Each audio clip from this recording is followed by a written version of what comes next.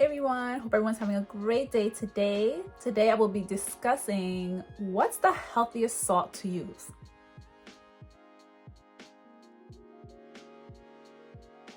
Don't forget to subscribe, like it, share it, comment, love it.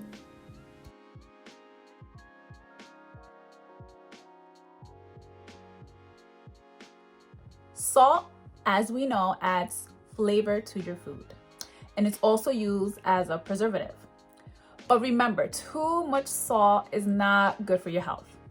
It can lead to high blood pressure, heart disease, stroke, chronic kidney disease, and it can also cause calcium loss, which can lead to osteoporosis. Our bodies do require a small amount of salt to maintain proper balance of water and minerals, conduct nerve impulses, and helps contract muscles and relax normally.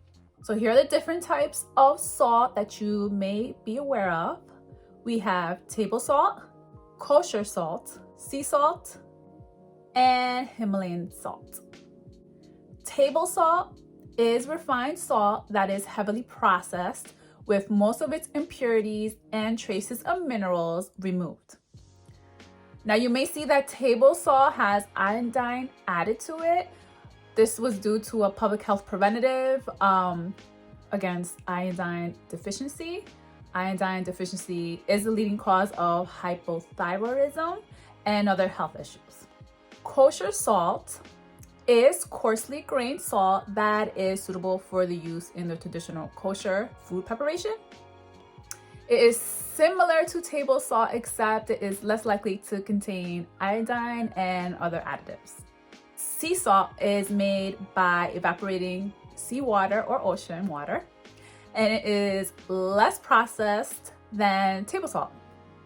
It may contain small traces of minerals such as potassium, zinc, and iron, but it may also contain heavy metals like lead and microplastics, which are microscopic remains of plastic waste. Himalayan salt is mined in Pakistan and contains traces of iron oxide, which gives it its pink color. It also has traces of calcium, potassium, and magnesium. It is less processed and refined, and it is very similar to sea salt. So when using all these different types of salt, I noticed that the Himalayan salt is the saltiest of them all. You have to be very, very careful when you're adding it to your food, because like I said earlier, too much salt is not good for you. So you don't want to oversalt your food. As always, consult with your physician. I hope you all learned something new today, and I'll see you next time. Take care. Bye.